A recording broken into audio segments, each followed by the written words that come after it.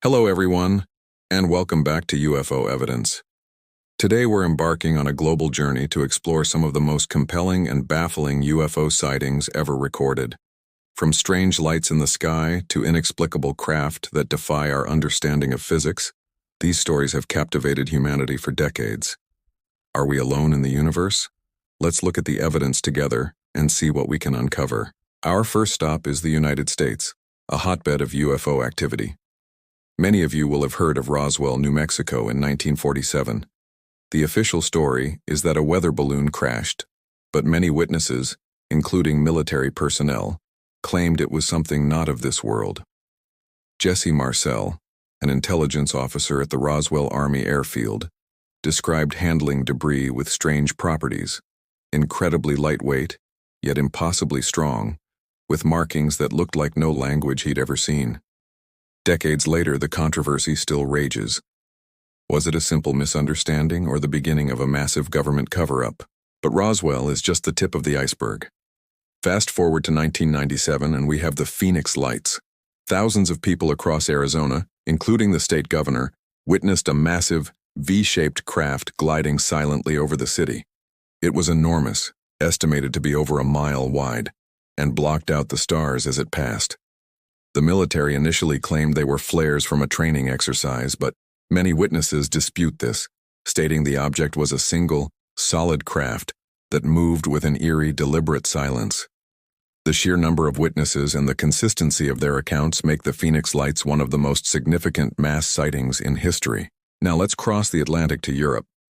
In 1980, the Rendlesham Forest incident occurred in Suffolk, England, right next to two U.S. Air Force bases.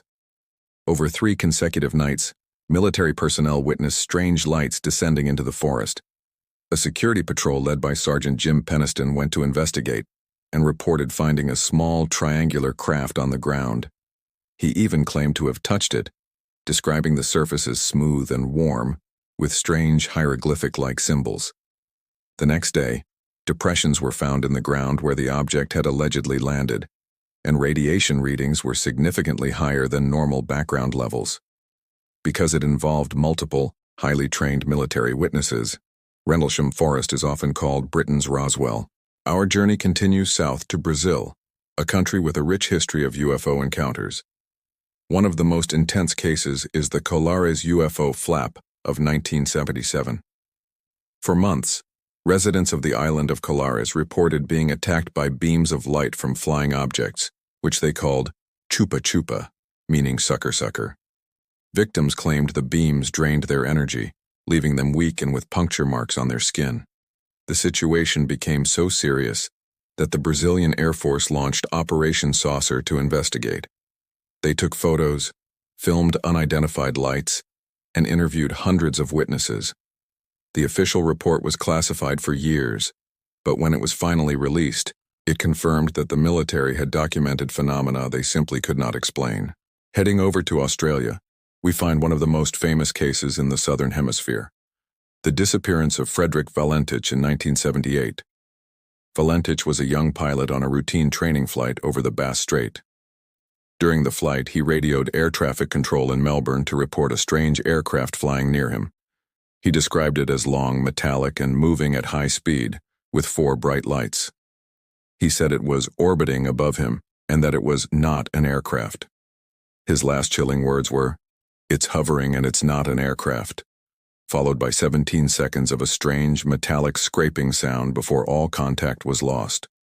Valentich and his plane were never seen again. An extensive search found no trace, no wreckage, no oil slick. What did he encounter in the skies that day? Even Russia has its share of incredible stories. In 1989, a truly bizarre event was reported in the city of Voronezh. Dozens of people, including many children and local police officers, claimed to have seen a large, glowing red sphere land in a park. They described tall, 3-eyed beings with small heads emerging from the craft. One of the beings allegedly used a tube-like weapon to make a teenage boy disappear for a moment before he reappeared. Scientists from Voronezh University investigated the landing site and found evidence of elevated radiation levels and unidentified substances. The story was so widely reported that it even made the front page of the official Soviet news agency, TASS, which was unheard of for a UFO story at the time. Of course, these are just a handful of the thousands of sightings reported worldwide. What connects them all? We see patterns: silent, fast-moving craft, often triangular or saucer-shaped, encounters with military personnel who are trained observers, and physical evidence left behind like ground traces or radiation. Skeptics often point to misidentification of known aircraft, weather phenomena, or even mass hysteria. And it's true, we must always approach these stories with a critical eye. However, in recent years, the conversation has shifted dramatically. In 2020, the U.S. Pentagon officially declassified and released 3 videos taken by Navy pilots showing what they term unidentified aerial phenomena, or UAPs. These videos, known as FLIR 1, Gimbal, and Go Fast, show objects performing maneuvers that are impossible for any known human technology. They accelerate to hypersonic speeds without any visible means of propulsion and make instantaneous turns that would crush any human pilot.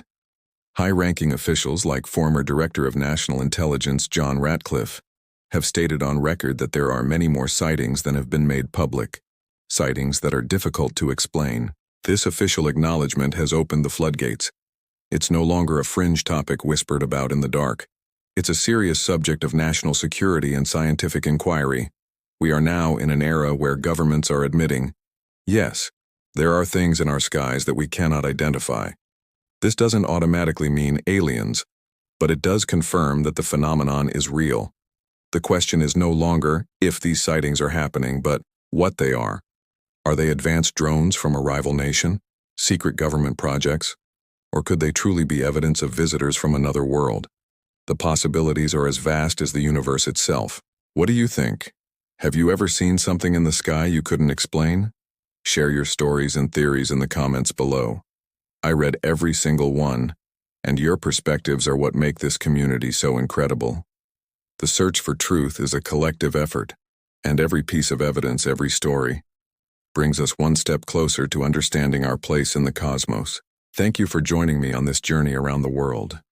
If you found this exploration as fascinating as I did, please give this video a thumbs up and consider subscribing to UFO Evidence. Don't forget to hit that notification bell so you won't miss our next investigation into the unknown. Until next time, keep looking up.